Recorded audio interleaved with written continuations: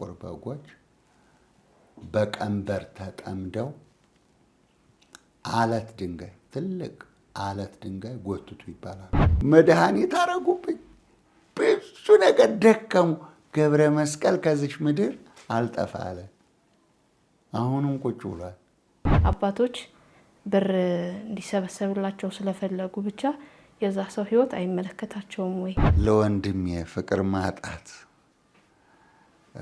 ምክንያት ከሆንኩ ለዘላለም ስጋ አልበላም። ከሰሞኑ አንድ ጳጳስ 120 ሚሊዮን ብር የሚያወጣ ቤት ለመቅዶኒያ አበርክተዋል። ባለጌ ወልዶ ባለጌ ያሳደቀው ቅዳፍ ምን እየተባለ ደግሞ ኦርቶዶክስ እኮ ነው።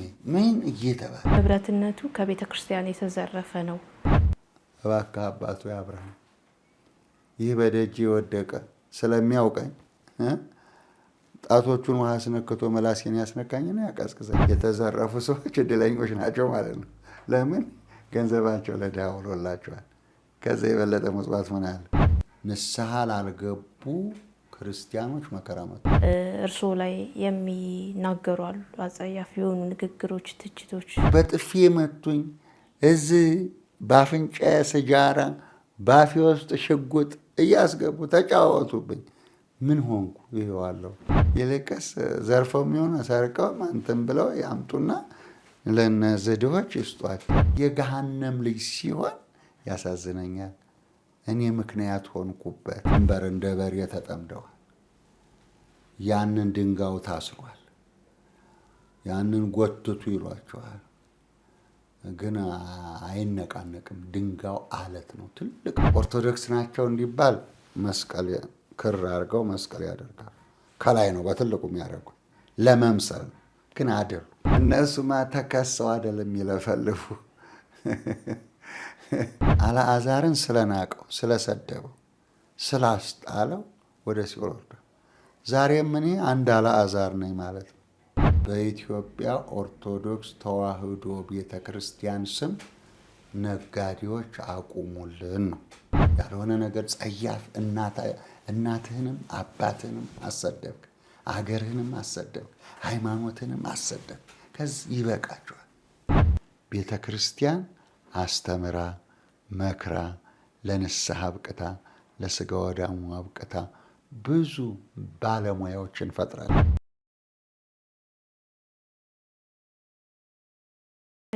አሁን ደግሞ ከሰሞኑ እየተናፈሰና እየተወራ ያለ ነገር አለ። እሱ ምንድን ነው? ባምቢ የምትባል ቲክቶከር እህታችን እና እሸቱ የሚባል ወንድማችን በሁለቱ መሀል ግጭት ተፈጥሯል።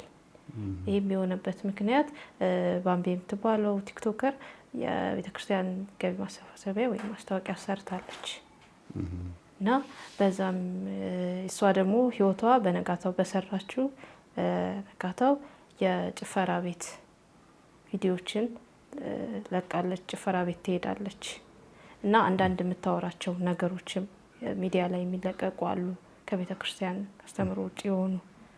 ባለፈው ህይወቷም የሚናገረው ነገር አለ፣ የተያዘባት ቪዲዮ አለ እና በዚህ ምክንያት እሸቱ እና እሷ ይጣሉበት። እሸቱ ምንድን ነው የሚለው ከመንፈሳዊ ህይወትና ዓለማዊ ጋር እንዴት ነው ይሄ ነገር አብሮ ሄደው? ህዝቡ በዚህ በሁለቱ መሀል ውዝግብ ፈጠረ። እሸቱን የሚደግፋለ፣ ባምቢን የሚደግፋለ። በቤተ ክርስቲያናችን አስተምሮ እንዴት ይታያል ይሄ ነገር? ማለት መንፈሳዊ ህይወትና ዓለማዊ ህይወት ጋር አንድ ላይ አድርጎ ማስኬድ ይቻላል ወይ? አባቶች ብር እንዲሰበሰብላቸው ስለፈለጉ ብቻ የዛ ሰው ህይወት አይመለከታቸውም ወይ? ብር መሰብሰብ ነው ወይ የሚል ጥያቄም እየተነሳ ነው። በዚህ ጉዳይ ላይ እርስዎ ምን አይነት ምልከታ አሉት? ጥሩ ነው። ሁለቱንም አላውቃቸውም። እሸቱንም ያው በሚዲያ ካልሆነ አላውቀውም። እሷንም ጭራሹን አላውቃትም። በሚዲያም በመልክም አላውቃትም። አሁን ያልሻትን ማን ያልሻት? ባምቢ።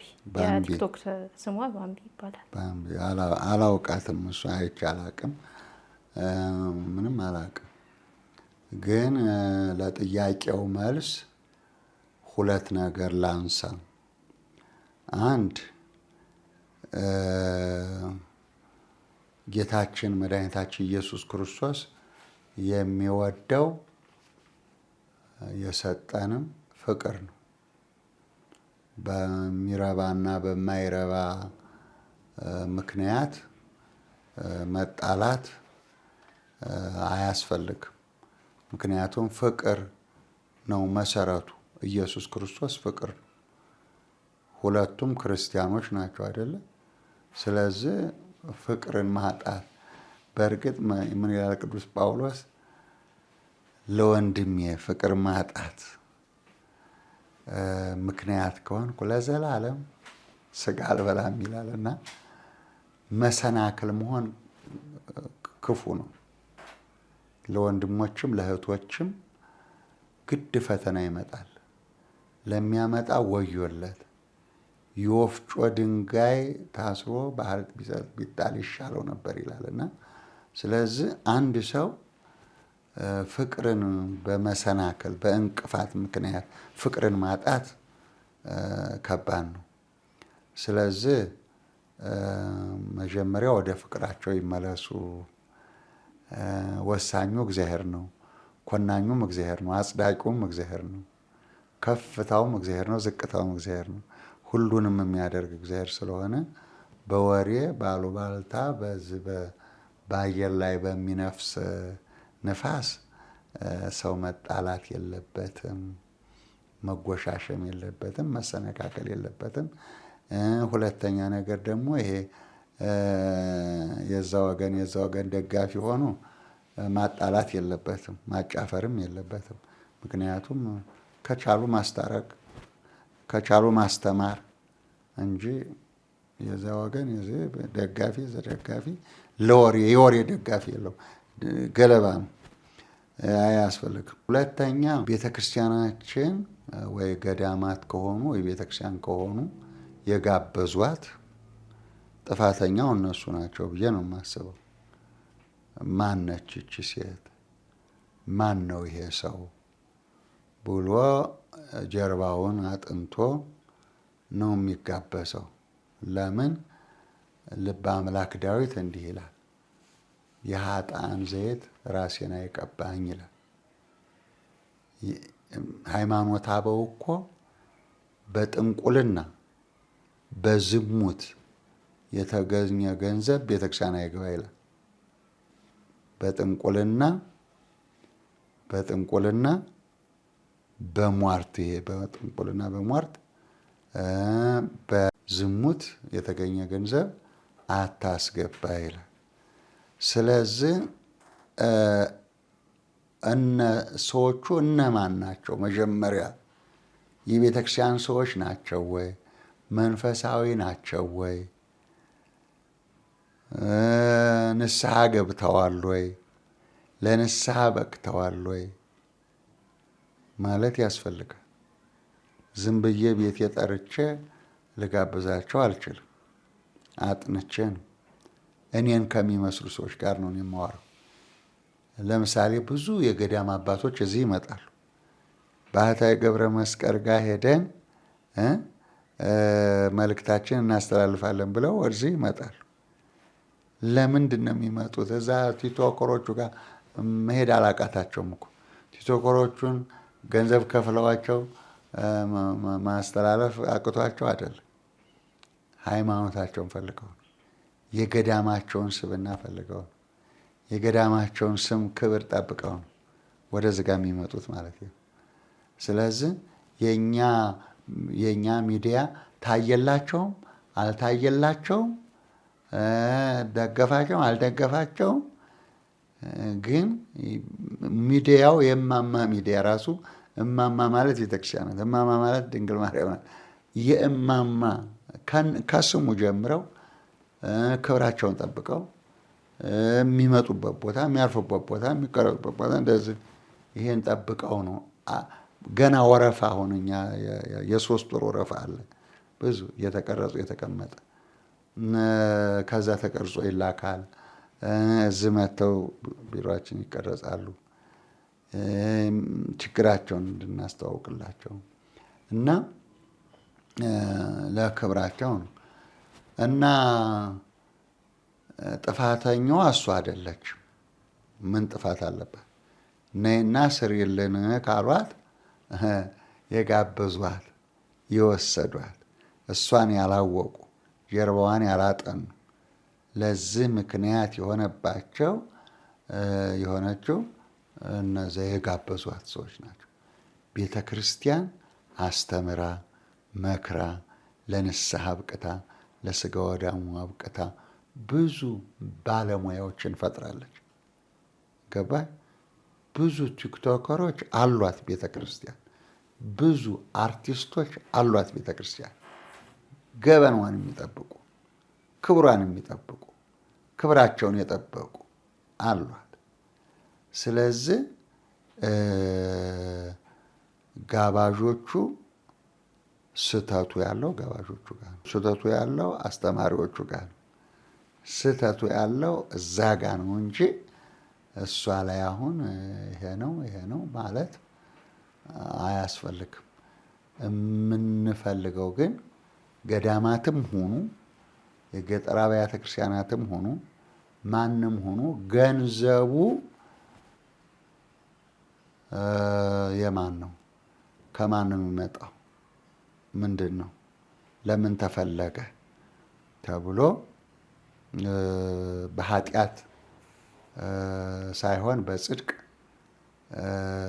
ሲመጣ ሰዎች እኮ የረከሱ ኃጢአተኞች ሊሆኑ ይችላሉ። ያ ገንዘብ ሊያድናቸው ይችላል። ያ ጾም ሊያድናቸው ይችላል። ያ ጸሎት ሊያድናቸው ይችላል። ያ ትምህርት ሊያድናቸው ይችላል። ማንም ይቅር የማይባል ኃጢአት የለም። ሰው ካጠፋ ከወደቀ ከተበላሸ ኃጢአተኛ ከሆነ አሁን ብዙ ሰዎች ገብረ መስቀል ኃጢአተኛ ነው፣ ገብረ መስቀል እንዲህ ነው። አንድ ሐሙስ የቀረው ስለኔ የሚያወራ አለ አይደለ? አንዱማ እንዲያውም 5 ሚስት አግብቷል ሲል ሰምቼዋለሁ። እንትና ሲል ሰምቻቸዋለሁ። ማለት የማያወሩት ነገር የለም። ምንም አይነት ኃጢአት ብሰራ የኔ ጠያቂ እግዚአብሔር ነው። ምንም አይነት ኃጢአት ብሰራ በሚዲያ ላይ ንስሐ እገባለሁ ነፍስ አባቴ ተናግሬያለሁ እናንተም ይቅር በሉኝ ብዬ አልነግራቸውም። ለሰራሁት ኃጢአት እኔና እግዚአብሔር እንገናኛለን፣ ንስሐ እገባለሁ ማለት ነው። ገባሽ? ያ ሰው ግን ሲያወራ ይኖራል፣ ኃጢአተኛ ነው። ስለ እኔ የሚያወራው ሰው እኔ ሰርቄ ሊሆን ይችላል፣ ዋሽቼ ሊሆን ይችላል፣ ዘሙቼ ሊሆን ይችላል፣ ጠጥቼ ሊሆን ይችላል፣ ኃጢአት ሰርቼ ሊሆን ይችላል። ገባሽ? እኔ በማግስቱ ሄጄ ኃጢአቴን ተናዝዤ ንስሐ ገብቼ ሊሆን ይችላል። ያ ስለ እኔ የሚያወራው ሰው ግን ዘላለም አፉን ሲከፍት በቃ ይኖራል፣ ኃጢአተኛ ነው ማለት ነው። ማንም ሰው እንደዚህ ቆሽሾ ኃጢአተኛ ሆኖ ገንዘብህ አይፈለግም፣ አንተም አትፈለግም፣ አንቺም እንዲህ ነሽ፣ አንተም እንዲህ ነህ አይባልም። እና ይህንን ኃጢአት በዚህ መንገድ ትፈወሳለህ፣ ትድናለህ። ያን ጊዜ ገንዘብህም ይፈለጋል። አንተ ስትድን ገንዘብህም ስራ ላይ ይውላል። አንቺ ስትድኝ ይህን ታደርጋለህ፣ ይህን ታደርጋለህ። የራሱ ቅኖና ስላለው ማለት ነው። የጾም ቅኖና አለ፣ የጸሎት ቅኖና አለ፣ የስግደት ቅኖና አለ፣ የምጽዋት ቅኖና አለ። መጀመሪያ ግን ሰዎቹ መዳን አለባቸው። ሰዎቹ መማር አለባቸው። ምንም ሆነ ብቻ ስለኛ ተናገርልን ከሆነ የምትለው ሰው ወሳኝ ነው።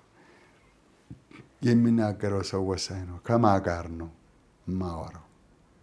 ከማን ጋር ነው የምነጋገረው? ለምንድን ነው የተፈለገው? ስለዚህ የእሷ ወንጀል አይደለም። የጠራት ቤተክርስቲያን ግን ወደፊትም ሊታሰብበት ይገባል። ከሰሞኑ አንድ ጳጳስ 120 ሚሊዮን ብር የሚያወጣ ቤት ለመቄዶንያ አበርክተዋል። ይህ ጳጳስ ላይ ይሄ 120 ሚሊዮን ብር የሚያወጣ ቤት ከየት አመጡ፣ ምንጩ ምንድን ነው የሚሉ ውዝግብ ውስጥ ገብቷል ሰው። ከዛ ደግሞ ለመቄዶንያ የሰጡት ቤት መሆን ያለበት ለቤተ ክርስቲያን ነው፣ ለገጠር አብያተ ክርስቲያን ነው ንብረቱ። ምክንያቱም ንብረትነቱ ከቤተ ክርስቲያን የተዘረፈ ነው። እርስዎ በዚህ ጉዳይ ላይ ምን አስተያየት አሉት? ጥሩ ጥያቄ ነው። ብፁዕ አቡነ ፋኑኤልን አውቃቸዋለሁ። እኔ ገና ጳጳስ ሳይሆኑ አውቃቸዋለሁ፣ በምንኩስናቸው አውቃቸዋለሁ። እና ልብስ ይሰፉ ነበር በፊት እዚሁ ሀገራችን ሆነው እና የእጅ ሙያ አላቸው። ከዛ በኋላ ደግሞ ተነስተው አሜሪካ ሄዱ። አሜሪካ ሄደው ደግሞ የቅዱስ ሚካኤልን ቤተ ክርስቲያን ከፍተው ነበረ። እኔም እዛ ሄጄ አርፌ ነበረ እሳቸው በከፈቱት ገዳም ውስጥ። ከዛ በኋላ ያው ህዝቡን እያገለገሉ እዛ የሚካኤል ቤተ ክርስቲያን አቋቁመው እያገለገሉ በአጋጣሚ ሆኖ ደግሞ ተጠርተው ጳጳስ ሆኑ። በዛን ጊዜ ጳጳስ ሆኑ። እንግዲህ በምንኩስናቸውም በጵጵስናቸውም አውቃቸዋለሁ። ከየት መጣ አይደለም አሁን ችግሩ። ደሞዛቸውም ሊያመጣው ይችላል፣ የሰውም ስጦታ ሊያመጣው ይችላል። ማንም ይሁን ምንም ከየት መጣ አይደለም አሁን እኔ ችግሩ። ለምን ሁሉም ጳጳሳት ቤት አላቸው። ሁሉም ጳጳሳት ደሞዛቸውን እያጠራቀሙ ቤት ይገዛሉ፣ መኪና ይገዛሉ። እና ምን ያደርጉታል? ምግባቸው ከዛው ነው። መኖሪያ ቤት እዛው አላቸው። ስለዚህ ሁሉም አለው፣ መኖሪያ ቤት አለው። ወጪ የሚያደርጉት ገንዘብ አላቸው። ለራሳቸው ይሄንን እናወጣለን አይሉም። ደሞዛቸው ታዲያ ባንክ ምን ያደርጋል? ለራሳቸው የሚያወጡት ነገር የለም። ይህን ያህል ዓመት ካጠራቀሙ ብዙ ቤት እንዲያውም ሊገዙ ይችላሉ ብዬ ነው የምገምተው። ግን 120 ሚሊዮን የሆነውን እሳቸው ያወሩት ነው ወይ መንግስት ገምቶት ነው ወይ ገዢ ገምቶት? ማን ነው የገመተው? 120 ሚሊዮን ማውጣቱን ማን ነው የገመተው? 20 ሚሊዮን ያውጣ፣ 80 ሚሊዮን ያውጣ፣ 100 ሚሊዮን ያውጣ፣ ገማቹ ማን ነው? መንግስት ነው? ባለሙያ ነው? ወይስ መቄዶንያ ነው አስገምቶ 120 ሚሊዮን ብር ያወጣል ያለው ማን ነው የገመተው? አንደኛ ያስፈልጋል። በመንግስት መገመት አለበት ወይንም በገዢዎች መገመት አለበት። ያለው ማቴሪያል ምኑ ሁሉ ነገር ተጠንቶ ምን ያህል ያወጣል የሚለው ትክክለኛው ዋጋ መነገር አለበት። ዝም ብሎ ለወሬ ከሆነ 120 ሚሊዮን ለምን 200 ሚሊዮን አይሉትም? 120 ለምን ተመረጠ? እና ብሎ ግምት ከሆነ ዋጋ የለውም። ማን የገመተው ነው። ሁለተኛ እውነት ከሆነ ሰጥተው ከሆነ እኛ ውል አላየንም ወይንም መቄዶንያ ተቀብያለሁ ተረክቤያለሁ ብሎ መግለጫ አልሰማንም። ብቻ ሚዲያ ላይ ሰጡ ነው። ማን አወጣው? መቄዶንያ ተረክቧል ወይ? በዚህ ግምት ተገምቶ መቄዶንያ ተቀብሎ ተቀብያለሁ፣ አመሰግናለሁ፣ ይህን ያህል ያወጣል ብሏል ወይ? መግለጫ አለ ወይ? ሰነድ አለ ወይ? ትክክለኛ ነው ወይ? ዝም ብሎ በአየር ላይ ከሆነ የሚወራው ሁሉ ውሸት ስለሆነ ትክክል አይደለም። ትክክለኛ ከሆነ ግን መቄዶንያም እሳቸውም ተገኝተው ትክክለኛ መግለጫ ከሲኖዶስም ትክክለኛ መረጃ ያስፈልጋል። ለሲኖዶስም ያቀረቡት ለዛ የሚሰጡት ትክክለኛ መረጃ እንፈልጋለን። ያን ጊዜ ትክክለኛው ነገር ሲታወቅ ትክክለኛው ዋጋ፣ ትክክለኛው ነገር ይታወቃል። ሌላው ለማይስጡ ምርጫው ትክክለኛ ምርጫ ነው። መቄዶንያ ነው። ቤተክርስቲያን የራሷ አላት፣ ገዳማት የራሳቸው አላቸው። ምጽዋት አያስፈልጋቸው። የእሳቸው ቤት ለስንቱ ገዳም ይሆናል። ትክክለኛ ምርጫ ነው። ለምን የሰው ህንፃ ነው የሚበልጠው። 7,000 በሽተኛ መቄዶንያ ውስጥ ተኝቶ ገብተሽ ብታየው እዛ በዳይበር ያሉ በአልጋ ያሉ የጣም ያ ሁሉ ህዝብ መንገድ ላይ የወደቀ ነው እና ያንን አይቶ ሰው እንኳን ቤቱን ራሱን የሰጠ ብዙ ነው። እዛ ውስጥ ገብተው የሚያገለግሉ ራሳቸውን ሰጥተው የሚያገለግሉ አሉ። በደንብ ነው የማውቀው። መቄዶንያ ራሳቸውን የሰጡ አገልጋይ የሆኑ ምን ያደርግልናል ዓለም ነገስ የኛ ህይወት ምንድን ነው ብለው እዛ ራሳቸውን ሰጥተው የገቡ ሰዎች አሉ። እና ከዚህ የበለጠ ስጦታ ምንም የለም። ትክክለኛ ስጦታ ነው። ግን እንዳልኩሽ ለወሬ ለሚዲያ ለዚህ ፍጆታ ከሆነ ትክክል ስላልሆነ እኔ ይሄንን አልቀበልም። በመጀመሪያ ሲኖዶስ መግለጫ ሲሰጥ መቄዶንያና አቡነ ፋኑኤል ቁጭ ብለው ይሄን ያህል መንግስት የገመተው ወይንም በባለሙያ የተገመተ ይሄን ያህል ገንዘብ ሲሉ ዘረፉ፣ ሰረቁ እንትና ለሚሉት ሰዎች እንዲያውም የተሰረቁት እድለኞች ናቸው ማለት ነው። የተዘረፉ ሰዎች እድለኞች ናቸው ማለት ነው። ለምን ገንዘባቸው ለድሃ ውሎላቸዋል። ከዛ የበለጠ ምጽዋት ምን አለ? እና ሰው ሰርቆ ጉቦ በልቶ ለድሃ የሚሰጥ ከሆነ ለድሃ የሚመጸውቅ ከሆነ እንዲህ ትልቅ ነገር ነው ወገኔ፣ ይሄ ትልቅ ነገር ነው። ስለዚህ እንኳን ሰጡልን አባታችን፣ እኛም ያዋጣነውን ሰም የተሰረቁትን ይህን ያደረጉትን እንኳን ሰጡልን ነው የሚባለው እንጂ ሊመለስ እንዲህ ነው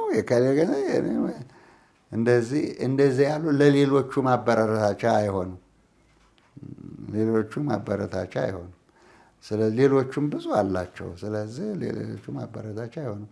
ይልቅስ ዘርፈው የሚሆነ ሰርቀው እንትን ብለው ያምጡና ለእነዚህ ድሆች ይስጧቸው ለማለት ፈልጌ ነው። አባታችን ግን ደሞዛቸው ብቻ ይህን መስራት ይችላል ለማለት ፈልጌ ነው። ሌላው ደግሞ ሚዲያ ላይ እርስዎ ላይ የሚናገሩ አሉ አጸያፊ የሆኑ ንግግሮች፣ ትችቶች። እነዚህ ሰዎች እርስዎ መክሰስ ይፈልጋሉ? በጣም ጥሩ ጥያቄ ነው። እነሱማ ተከሰው አይደለም የሚለፈልፉ። የኔ ክስ ምን ያስፈልጋቸዋል? ተከሰዋል እኮ። ይኸውልሽ የወንድሞች ሁሉ ከሳሽ ሰይጣን ዲያብሎስ ነው ይላል በራዕየ ዮሐንስ ምዕራፍ 12 ቁጥር 7 በሰማይ ሰልፍ ሆነ፣ መላእክቱና ዘንዶ ተዋጉ፣ አልቻላቸውም፣ ወደቀ፣ ወደ ምድርም ተጣለ፣ የወንድሞችም ከሳሽ ሆነ ይላል። አሁን ከሳሾች፣ አሚተኞች፣ ተሳዳቢዎች እኮ ተገደዋል እኮ ተከሰዋል እኮ። የወንድሞች ከሳሽ ሆነ ይላል። ስለዚህ እነሱ ተከሰው ተይዘው ለያውም እኮ የተከሰሱት የተያዙት በገሃነም ትሉ በማያንቀላፋ እሳቱ በማይበርድ ምድራዊ ፖሊስ ምድራዊ ፍርድ ቤት እኮ አይደለም። ትሉ በማያንቀላፋ እሳቱ በማይበርድ በዘላለም ክስ ነው የተያዙት። ስለዚህ ተከሰው እኮ ነው የሚለፈልፉ። የሚያስለፈልፋቸው ዘንዶ ነው። የከሰሳቸው ያ ነው።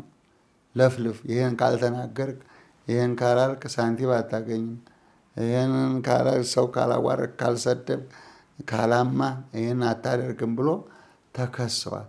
የኔ ክስማ ያስፈልጋቸው። እንዲያውም ለነሱ እየጸለይኩ ዳዊት እየደገምኩላቸው ነው። እባክህ ጌታ ሆይ በእኔ ምክንያት ወደ ገሃነም አትላካቸው፣ እባክህ ከዛ አውጣቸው እያልኩኝ አሁን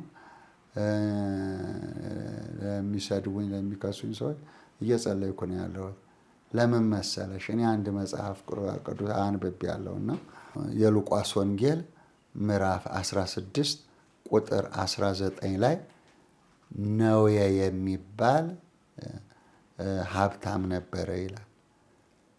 ደግሞ አንድ ድሃ ነበር አልዓዛር የሚባል እጅ የሌለው እግር የሌለው እና በቁስል የተመታ ነው። እና ይሄ ድሃ አልዓዛር የሚባለው ድሃ ነዌ ደጅ ሁሌ እየሄደ ይተኛል። እሱ ደግሞ ያ ቁስል ስለሆነ ምናምን ያን ቁስሉን የሚልሱለት የነዌ ውሾች ናቸው። ውሻ መላወሱ ለስላሳ ስለሆነ ሲልሱለት ደስ ይለዋል። ቁስሉን እየላሱ እግዚአብሔር ይማርህ ይሉታል ውሾቹ ማለት። ይሄ በወንጌል ያለ ነው የምነግርሽ። የሉቃስ ወንጌል 16:19 ላይ ጌታ ምሳሌ የሰጠው። ከዛ በኋላ ይህ ነዌ የተባለው ደግሞ ሀብታም ነጭ ጥቁር እያማረጠ የሚለብስ የሚበላ ሀብታም ግን አንድ ቀን የእጁን ጥራጊ የገበታውን ፍርፋሪ እደጅ ለወደቀው እንዲሰጡት አልፈቀደም። ጠዋት ሲወጣ አንሱና ጣሉልኝ ይላል። ይጥሉታል፣ ተመልሶ ይመጣል። ማታ ሲገባ ደግሞ በሩ ላይ ይተኛል። የላከው እግዚአብሔር ነው። ምክንያቱም ለሱ ከእጁ ጥራጊ ከገበታው ፍርፋሪ ጥሎለት ቢሆን ይሄ ሰው ይድን ነበር፣ ነዌ ይድን ነበር። ግን እግዚአብሔር መሰናክሉን አስቀመጠ፣ እዛ በሩ ላይ አስቀመጠና ከዛ በኋላ ነዌ ሞተ። ክፉ አጋንንት መጡ፣ ነፍሱን ነጥቀው ወሰዷት፣ ወደ ሲኦልም ጣሏት ይላል። ትሉ ሲያላምጠው እሳቱ ሲያቃጥለው ቀና ብሎ ሲመለከት ያ በደጁ የወደቀ አልዓዛር በአብርሃም እቅፍ ቁጭ ብሏል። እንደ ፀሐይ ያበራል፣ ጸድቋል። የተናቀው ቁስለኛ የሆነው ውሾች የሚልሱት ያ የቀፈፈው ሰው ደጅ ወድቋል። እባክህ አባቱ አብርሃም ይህ በደጅ የወደቀ ስለሚያውቀኝ ጣቶቹን ውሃ አስነክቶ መላሴን ያስነካኝና ያቀዝቅዘኝ እባክህ ላክልኝ አለ። በገነትና በሲኦል መካከል ትልቅ ገደል አለ። አልዓዛር ወደ አንተ ሊያልፍ አይችልም፣ አንተም ወደ እኛ ልትመጣ አትችልም አለው ይላል። እሳቱ ሲያላምጠው እሳቱ ምንድን ነው ላነሳ የፈለግኩት? ምክንያቱ ለዚህ ሰው ወደ ሲኦል ለመውረዱ ምክንያቱ አልዓዛር ነበር። አልዓዛርን ስለናቀው፣ ስለሰደበው፣ ስላስጣለው ወደ ሲኦል ወርዷል። ዛሬም እኔ አንድ አልዓዛር ነኝ ማለት ነው። ምንም የሌለኝ ድሃ፣ ምንም የሌለኝ ድሃ፣ ቤት የሌለኝ፣ መኪና የሌለኝ፣ ልብስ የሌለኝ፣ እንጀራ የሌለኝ፣ እንደ ወፍ በቀን ምግቤን የሚሰጠኝ እግዚአብሔር በዚች ምድር ላይ ምንም ደሞዝ የለኝ፣ ስራ የለኝ፣ ምንም የለኝም። እግዚአብሔር ይመስገን ወንጌል እንድሰብክ ስለፈቀደልኝ ችን ወንጌል አስተምሬ በለች ያድራለሁና አንድ ድሃ ነኝ እኔ፣ ምንም የሌለኝ ድሃ ማለት ነው። ስለዚህ ለሰዎች ምክንያት ሆኜ መንግስተ ሰማያት ማስገባት ነው የምፈልገው። መክሬም አስተምሬም መጽውቼም ሰጥቼም ለሰዎች ምክንያት ሆኜ ሰዎች ሁሉ መንግስተ ሰማያት እንዲገቡ ነው የምፈልገው። በ21 ዓመቴ ነው ማስተማር የጀመርኩት። አሁን 62 ዓመት ሆኖኛል። 40 ዓመት አስተምሬያለሁ። ብዙ ሰዎች ለንስሐ ሲበቁ ደስ ይሉኛል፣ ሲቆርቡ ደስ ይሉኛል፣ ሲመጡ ደስ ይሉኛል፣ ሲመጣውቱ ደስ ይሉኛል፣ ካላቸው ሲያካፍሉ ደስ ይለኛል። በቃ ሰዎች የሚጸድቁበትን ነገር ነው የምሰራው። ግን እኔን ሰድቦ፣ እኔን አዋርዶ፣ እኔን እንዲህ ብሎ የገሃነም ልጅ ሲሆን ያሳዝነኛል። እኔ ምክንያት ሆንኩበት ለመውደቁ፣ ለመሰናከሉ፣ ለመኮነኑ ምክንያት ሆንኩበት። እባክህ እግዚአብሔር ሆይ ላፉ ዚብ አድርግለት፣ ተጸጽቶ ደግሞ ንስሐ ይግባ። አሁን በቀደም የሆነ አንድ መግለጫ ወጥቼ ነበር። 11 ሆነው መጡ። ሰድበንዎታል፣ አምተንዎታል፣ ሰው ሰምተን ነው፣ ሚዲያ አይተን ነው ምናምን የራሳቸውን ምክንያት ነገሩኝ እና አሁን ከልብዎት ይቅር በሉን እና አንዱ እንዲኮንኩ አንዱ እንዲኮን የራሳቸውን አሉ። 11 ናቸው ተጠራርተው ተጠቃቅሰው የመጡት ማለት ነው። እና እኔ ምንም አላደረጋችሁኝ። ብታሙኝ የምትጎዱ እናንተ፣ ብሰድቡኝ የምትጎዱ እናንተ፣ የወደቃችሁት እናንተ፣ የተሰናከላችሁት እናንተ። ምን ተጎዳው? እውቅና አገኘው፣ ከፍ አልኩ እንጂ እኔ የጎዳኝ ነገር የለም። ፀጉሬን ላጩኝ፣ ደበደቡኝ፣ ሐሰተኛ ምስክር ቀጠሩብኝ፣ ብዙ ነገር አደረጉ። እነኚህ ሰዎች ለእኔ እውቅና አስገኙልኝ፣ ከፍ አረጉኝ። ምን ጎዳኝ? ምን ጎዳኝ? የደበደቡኝ ይኸው ቁስል ሽሯል። የላጩኝም ይኸው ፀጉሩ በቅሏል። በጥፊ የመቱኝ እዚህ በአፍንጫዬ ስጃራ በአፌ ውስጥ ሽጉጥ እያስገቡ ተጫወቱብኝ። ምን ሆንኩ? ይኸዋለሁ። እንደገና በጋዜጣ በመጽሔት በቪዲዮ በእንደዚህ ምን ይሄ መላሰኛውን ሁሉ ቀጠሩ። ነፍሰ ገዳይ ገዙ፣ መድኃኒት አረጉብኝ፣ ብዙ ነገር ደከሙ። ገብረ መስቀል ከዚች ምድር አልጠፋ አለ። አሁንም ቁጭ ብሏል። መቼ እስከ መቼም እንደሚኖር አይታወቅም። ምክንያቱም እግዚአብሔር እኔን ካልጣለኝ በስተቀር ሰው አይጥለኝም። እግዚአብሔር ካልገደለኝ በስተቀር ሰው አይገለኝም። እግዚአብሔር ካላጠፋኝ በስተቀር ሰው አያጠፋኝም። ለምን? እግዚአብሔር ከኔ ጋር ነው። የእግዚአብሔር ክንድ ነው። ስለዚህ በጥይቱ፣ በድንጋዩ፣ በስም ማጥፋቱ፣ በሚኑ፣ በስራቱ፣ በሁሉ ያልሞከሩት ሐሰተኛ ምስክር እኮ ቀርቦ 7 ሚስት አለው ብሏል። 7 ሚስት አምጡ ሲባሉ ጠፉ። አምጡ እነማን ናቸው? በስም ማጥፋት ተከሳቸዋል ስላቸው ጠፉ። እንደገና ደግሞ ተገዝተው ገንዘብ ተከፍሏቸው ትልልቅ ሽማግሌዎች 3 ሽማግሌዎች መጋቢት 28 ቀን ኮልፌ አማኑኤል ግንብ ላይ ወጡ። ወያኔን እናጠፋለን፣ የደርግ ወታደር ተነስ እንዋጋለን ብሎ ሲፎክር ሰምተነዋል ብለው በሐሰት መሰከሩ። መጋቢት 28 ቀን እግዚአብሔር እኔን ሲያዋጣኝ ማለት ነው። እኔን ሲያዋጣኝ እግዚአብሔር እስር ቤት ነኝ፣ ማዕከላዊ እስር ቤት የገባሁት እስር ቤት መጋቢት 18 ቀን ነው። ከእስር ቤት የተለቀቁት ደግሞ ይኸው ዘመድኩን የመራው ሰላማዊ ሰልፍ የአዲስ አበባ ሕዝብ ጠቅላላ ሰላማዊ ሰልፍ ወጥቶ ዘመድኩን እየመራ ከጊዮርጊስ ከመስቀል አደባባይ እስከ ጊዮርጊስ የደረሰው ሰላማዊ ሰልፍ መኪና ላይ ሆኖ እሱ ነበር የሚመራው። ያ በ30 ተደረገና በ30 11 ሰዓት ቀጨኔ መድኃኒዓለም ተለቅቄ መጣሁ። እነኛ ሰዎች ሽበት ያው ትልልቅ ሰዎች ናቸው የመሰከሩበት፣ ቀርበው ፍርድ ቤት ማለት ነው። ፋይል ይምጣ ተባለ። ከሰዓት ፋይል ሲመጣ የወጣሁት በ30 ነው፣ በ28 የለውም። ስለዚህ እግዚአብሔር ለእኔ ያላደረገልኝ ምን አለ? እንደ እናት እኮ ነው የተንከባከበኝ እግዚአብሔር። አባቶቼ ነቢያት፣ አባቶቼ ሐዋርያት ተገርፈዋል፣ ተሰቃይተዋል፣ መከራ አይተዋል፣ ችግር አይተዋል፣ ታርደዋል፣ መከራ ስንት ችግር። እኔንማ ምን ተንከባክቦኝ እግዚአብሔር እንዲህ እንደ እንቁላል ጠብቆኝ እስከዚህ ድረስ አድርሶኛል። ስለዚህ እኔ ለተጎዱብኝ ሰዎች፣ ምክንያቱም ለእኔ ደሞዝ ነው፣ ለእኔ ክብር ነው መሰደብ። አንዳንድ ሰዎች እኔን የሚሰድቡ ሰዎች፣ የሚሳደቡ የሚጣሉ ሰዎች አሉ። አውጃለሁ እንዳነኳቸው። አሁን ያኔ እንትና ይሄ መስህብ ጋዜጣን ያዘጋጀው አለምነህ ዋሴ ነበር። አለምነህ ዋሴን እኮ ወጣቱ ይዞ ደብድቦታል። ይዘውት መጡ። ደብድበው እኮ ይዘው መጡ።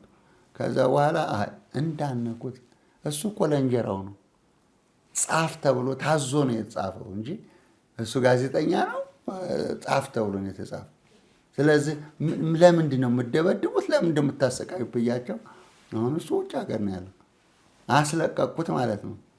ስለዚህ መስህብ የሚባል ጋዜጣ ይህን ሁሉ መከራ ይህ ሁሉ ነገር አለ በመንግስት ያለው በግለሰብ ያለው እነኚህማ ቲክቶኮች ምናምንቶችማ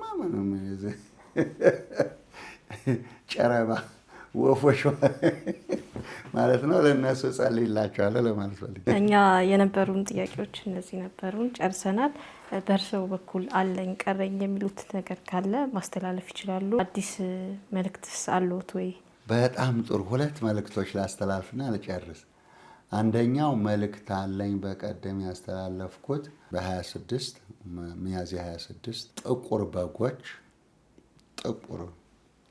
በጎች በቀንበር ተጠምደው አለት ድንጋይ ትልቅ አለት ድንጋይ ጎትቱ ይባላሉ። ጠቋቁር በጎች ናቸው። በቀንበር እንደ በሬ ተጠምደዋል። ያንን ድንጋዩ ታስሯል። ያንን ጎትቱ ይሏቸዋል። ግን አይነቃነቅም። ድንጋዩ አለት ነው፣ ትልቅ ነው። ስለዚህ ወዲያም ቢሉ ወዲህም ቢሉ መሳብ ሲያቅታቸው በጅራፍ በዱላ ይቀጠቅጧቸዋል በጎቹ እና ይቀጠቅጧቸዋል። ግን አልተሳካም። እነሱም እንደተቀጠቀጡ መከራቸው በዝቶ አይቻለሁና ስለዚህ ክርስቲያኖች አሁን መከራ መጥቶብናል። ክርስቲያኖች በጎቹ ክርስቲያኖች ናቸው። ጠጉራቸው መጥቆሩ ኃጢአት ነው። ንስሐ ያልገቡ ናቸው። ንስሐ ላልገቡ ክርስቲያኖች መከራ መጥቷል። ንስሐ ላልገቡ ክርስቲያኖች መከራ መጥቷል። ይህም መከራ ደግሞ በንስሐ በመታጠብ ንስሐ በመግባት ወደ ንስሐ በመመለስ ነጭ በግ እንዲሆኑ እንዲያመልጡ አንዱ መልእክቴ ነው። ይህንን ማድርሱልኝ ነው። ሁለተኛው በኢትዮጵያ ኦርቶዶክስ ተዋሕዶ ቤተ ክርስቲያን ስም ነጋዴዎች አቁሙልን ነው። በቤተ ክርስቲያናችን አሁን ተቆርቋሪ መስለው የቤተ ክርስቲያን ተቆርቋሪ መስለው ብዙዎቹ ሚዲያ ላይ ወጥተዋል። ዲያቆን ነኝ፣ ቄስ ነኝ፣ መነኩሴ ነኝ፣ እንዲህ ነበርኩ፣ መምህር ነኝ፣ እንዲህ ነበርኩ እያሉ ታችዎች፣ ወሬኞች በኢትዮጵያ ኦርቶዶክስ ተዋሕዶ ቤተክርስቲያን ላይ ተነስተዋል። ጳጳስ አይቀራቸውም፣ መምህራን አይቀራቸውም፣ መነኩሴ አይቀራቸውም፣ ባህታ አይቀራቸውም። ሁሉንም ስማቶች ነው። ያ ተልእኮ ነው። ኦርቶዶክስ ናቸው እንዲባል መስቀል ክር አድርገው መስቀል ያደርጋሉ። ከላይ ነው በትልቁ የሚያደርጉት ለመምሰል ግን አይደሉ። እንደገና ደግሞ ሻሽ ይጠመጥማሉ፣ ካባ ይደርባሉ። እንደገና ደግሞ ቆብ የደፉ መነኩሴ ይመስላሉ፣ ሻሽ ጠምጥመው ቄስ ይመስላሉ። እና ይሄ የማስመሰል ኦርቶዶክስ ጎበዝ ነው ወይም ተከራከረ ወይም እንደዚህ ተናገረ እንደዚህ እንዲባሉ መልካቸውን እንደ ስስት እየቀያየሩ ሚዲያ ላይ ይወጡ ስላሉ ትጎዳላችሁ። ውረዱ። በዚህ የምትለቅሙት ሳንቲም አይጠቅማችሁም ነው። ገብረ መስቀልን ምንም አድርጉት፣ ስደቡት፣ አዋርዱት፣ ምንም ችግር የለውም። ግን ትጎዳላችሁ። ውረዱ ግዴላችሁ። እዛው እምነት ካላችሁ በእምነታችሁ፣ እምነት ከሌላችሁ ደግሞ ግድ የለም።